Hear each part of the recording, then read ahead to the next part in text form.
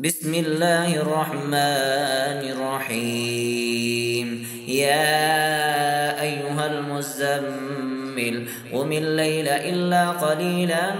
نصفه أو انقص منه قليلا أو زد عليه ورتل القرآن ترتيلا إنا سنلقي عليك قولا ثقيلا إن ناشئة الليل هي أشد وطئا وأقوم قيلا إن لك في النهار سبحا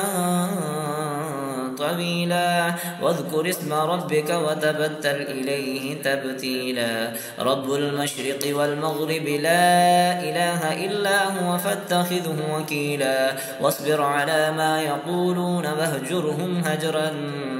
جميلا وذرني والمكذبين أولي النعمة ومهلهم قليلا إن لدينا أنكالا وجحيما وطعاما ذا غصة وعذابا أليما يوم ترجف الأرض والجبال وكانت الجبال كثيبا مهيلا إنا أرسلنا إليكم رسولا شاهدا عليكم كما أرسلنا إلى فرعون رسولا فعصى فرعون الرسول فأخذناه أخذا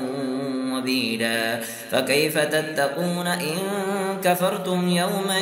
يجعل الولدان شيبا السماء منفطر به كان بعده مفعولا إن هذه تذكرة فمن شاء اتخذ إلى ربه سبيلا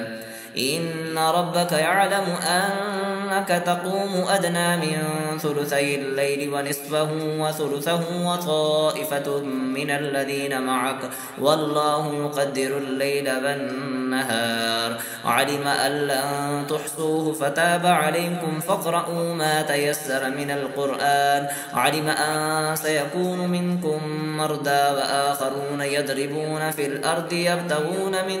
فضل الله وآخرون يقاتلون في سبيل الله فاقرؤوا ما تيسر منه وأقيموا الصلاة وآتوا الزكاة وأقرضوا الله قرضا حسنا وما تقدموا لأنفسكم من خير تجدوه عند الله هو خيرا وأعظم أجرا واستغفروا الله إن الله غفور